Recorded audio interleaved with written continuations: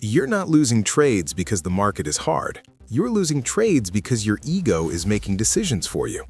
Here's the solution you've probably never applied consistently. The moment you stop trying to prove you're right, Forex stops taking your money so easily. You've seen this pattern in yourself. You analyze the chart, draw your levels, wait for confirmation, and enter with confidence. At that moment, you feel sharp. You feel in control. But then price does something you didn't expect. It pulls back. It stalls. It nudges against your stop. And instead of asking the only question that matters, is my idea still valid? You ask something else. How can the market be wrong? That's ego. Ego ties your self-worth to being right. When a trade goes against you, it doesn't feel like information. It feels like an attack. You don't want to exit, not because the setup is still valid, but because exiting feels like admitting failure. So you wait. You widen the stop. You say things like, "This is just manipulation," or "They're running stops." Sometimes you're right. Most of the time, the market doesn't care. And while you're busy defending your analysis, price keeps moving against you. You might think ego only shows up as arrogance, but most of the time it shows up as attachment. You're attached to your bias, attached to your idea, attached to the trade proving you right.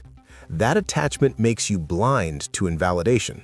The market gives you warning signs, but you ignore them because acknowledging them would mean letting go. You've probably done this exact thing. You take a loss, and instead of pausing, you jump back in. Not because a new setup formed, but because you want to prove the first trade was unlucky.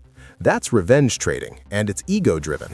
You're no longer trading price, you're trading your emotions. If this already feels uncomfortable, that's a good sign. Pause for a second. Like the video, subscribe to the channel, share this with someone who keeps saying the market is wrong. Awareness is how ego starts losing its grip. Ego also shows up after wins, and this is where it gets dangerous. You catch a clean trade, then another. Confidence grows. You start thinking you've cracked something, and slowly, without noticing, your rules loosen. You size up. You skip confirmation. You take trades you would have ignored last week. You tell yourself you're in sync. That's not mastery. That's ego expanding. The market doesn't punish you for being confident. It punishes you for forgetting uncertainty. Every trade is still a probability, no matter how good you feel. When ego turns probability into certainty, risk management disappears. And when risk management disappears, losing trades multiply. Here's the truth most traders don't want to hear. The market will always be bigger than you. The moment you try to dominate it instead of respond to it, it humbles you. Not emotionally, mathematically. So, how do you actually stop ego from costing you money? The first solution is separating your identity from your trades. You are not your last win. You are not your last loss. A losing trade does not make you stupid. A winning trade does not make you brilliant. When you stop tying your self-worth to outcomes, you stop defending bad trades. Exits become easier. Losses become cleaner.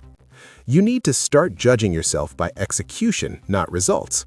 After every trade, ask yourself one question. Did I follow my rules? If the answer is yes, the trade was successful, even if it lost money.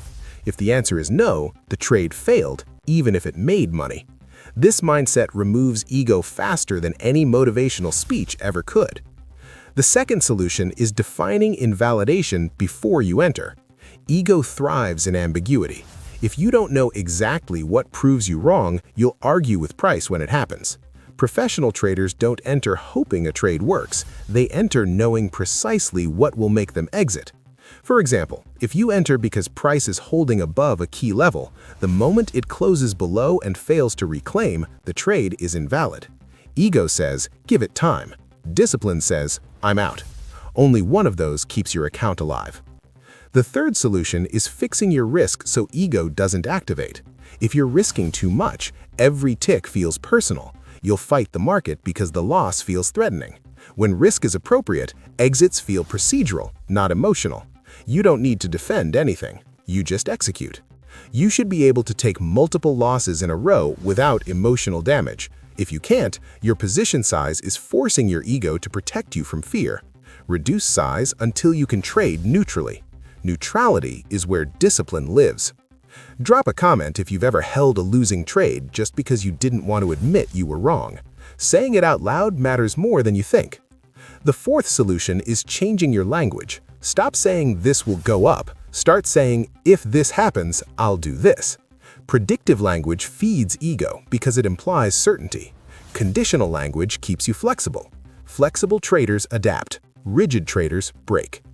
The fifth solution is slowing down after wins and losses. Ego spikes after both. After a loss, ego wants revenge. After a win, ego wants expansion. The most dangerous trades you'll ever take are the ones immediately after strong emotion. Professional traders pause here. They review. They reset. That pause saves more money than any indicator.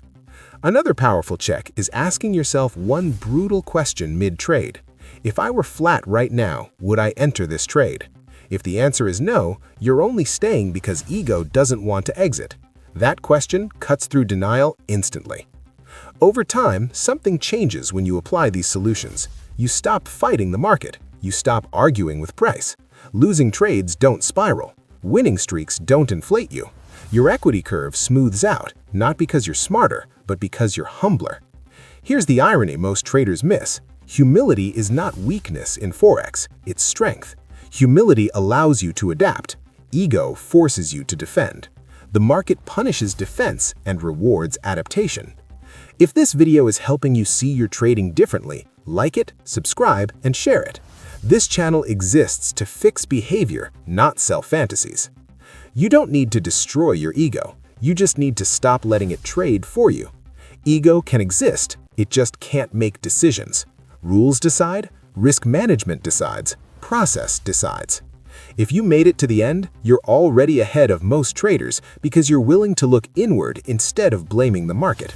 Like the video, subscribe to the channel, comment which ego habit you're committing to fix first, and share this with someone who keeps saying, I know better, right before losing another trade. Ego is why you keep losing trades in Forex. The moment you stop trying to prove yourself to the market finally gives you room to succeed.